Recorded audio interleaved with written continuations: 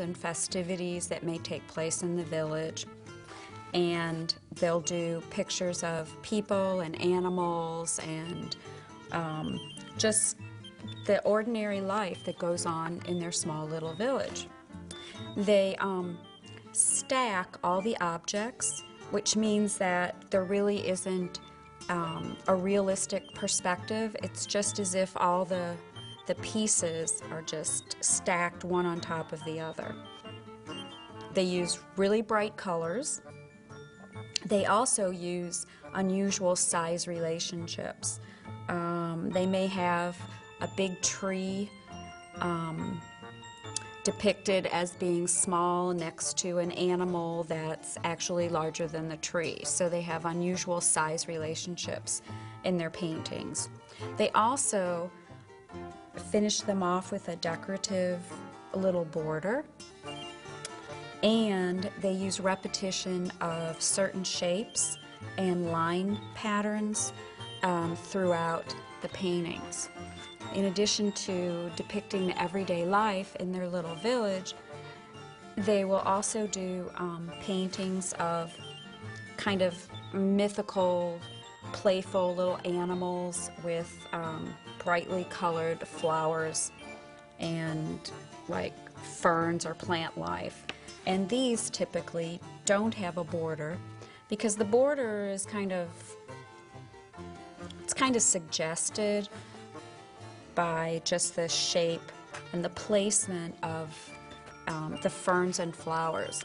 So we're going to create our own amate bark painting. And there's actually two kinds of paper that you could use to kind of imitate the bark. You could use your craft paper that we've done in some other projects, where you take like a brown paper bag or a piece of postal wrapping paper, and you're going to crumble it up and, you know, flatten it out, crumble it, flatten it, crumble it, until you start to get that cloth-like feeling. And then you're going to take your iron, you're going to iron it flat. That's one way. You can also, at an art store, purchase a paper, or it's actually kind of a tag board thickness. It's called oil board. And it does a pretty good job of mimicking the effect that we get when you actually use the real bark paper. And what they'll do is they'll remove the inner bark from the fig tree, and it gets soaked in water for a long period of time till it softens up and the fibers break down. And then they'll lay it in strips, and then it's pressed firmly so that all the fibers kind of mesh together. So we're going to go ahead and get started creating an amate bark painting. And what you're going to need for this is your some kind of paper, either your craft paper or your oil board. You're going to need acrylic paint and some brushes, a pencil for sketching, a little cup of water, and you're going to need some paint markers. And last but not least, you're going to need some kind of a transfer paper. I already have a drawing here. I decided that I was going to do a bird and flower type drawing. And what I'm going to do is set up my transfer paper here. Now, if you don't actually have white transfer paper, there's a real easy way to make your own.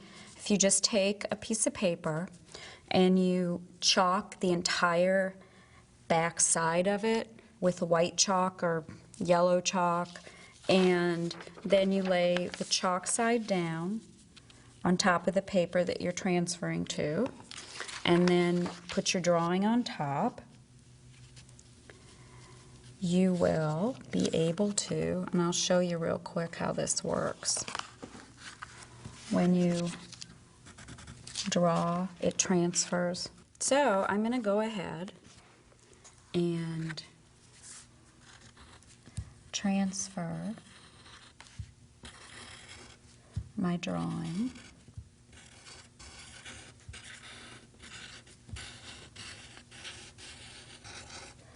And whenever you're using any kind of a transfer paper, make certain that you really are drawing dark so that it all comes through the way you'd like it to come through.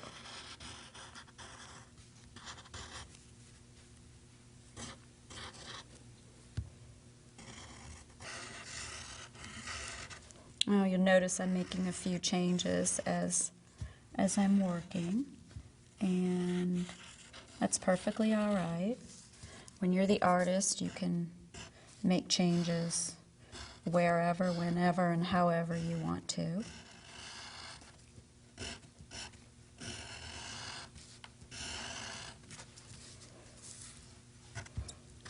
And what I'm trying to do here basically, your drawing should almost look like a coloring book drawing that's all outlined in black with shapes that can be easily colored in. So when you're doing your drawing, keep that in mind, that each of these shapes is going to be either painted in or colored in with a paint marker. And we're actually going to outline everything in black, because with the traditional amates, everything's outlined in black and then filled in with bright colored paint.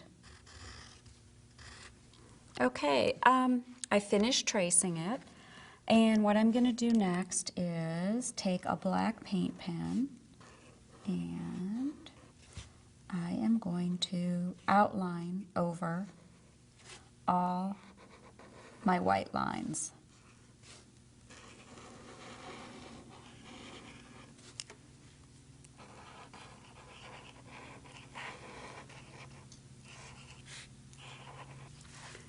Okay, we're done with the outlining, and now we're going to pick some colors.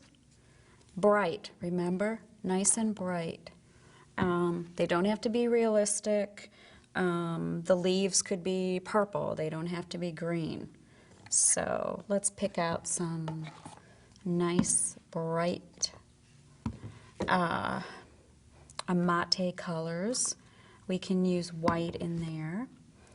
So the large areas I'm going to actually paint, but then when we get into the feathers and the grapes and some of the leaves, I think I'm just going to go ahead and use the paint pens, because it'll be more accurate, and the two look identical, so it doesn't matter. So I'm going to go ahead and start with this nice salmon-y color.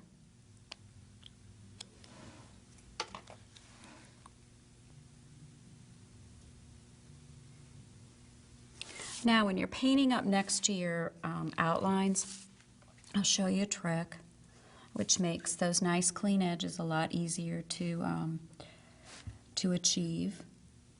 So if you let the brush, you drag the brush in the same direction the line goes, you can see what a nice clean edge you can get.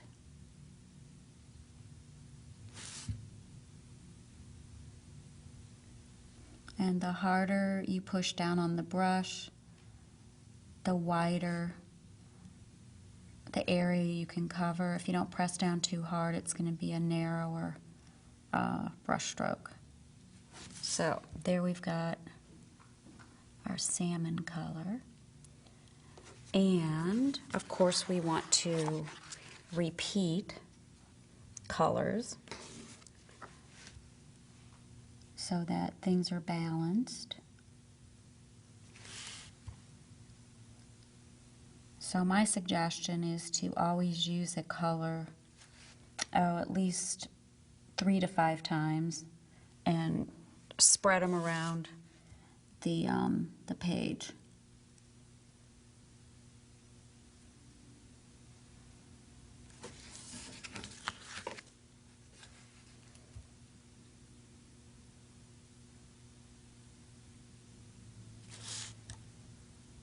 Now don't worry if you go over some of your black lines accidentally.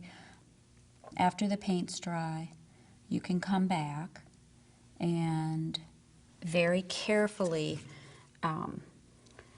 go over, fix some of your outlines with the paint pen. And remember, the colors don't have to be realistic, so I'm actually making this branch the same salmon-y pink color. Okay, I'm going to switch colors here, and let's go to a lavender color here. All you really have to worry about is the placement of your colors so that you maintain balance.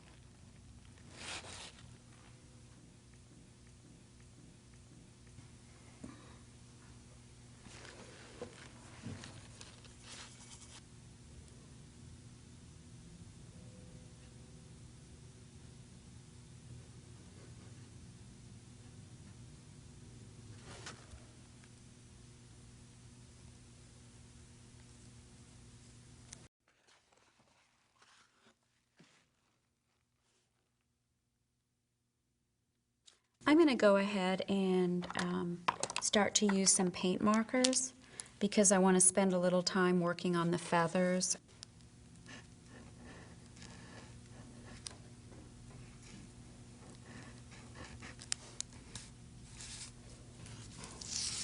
Couple of tips when you're doing the paint pens or painting.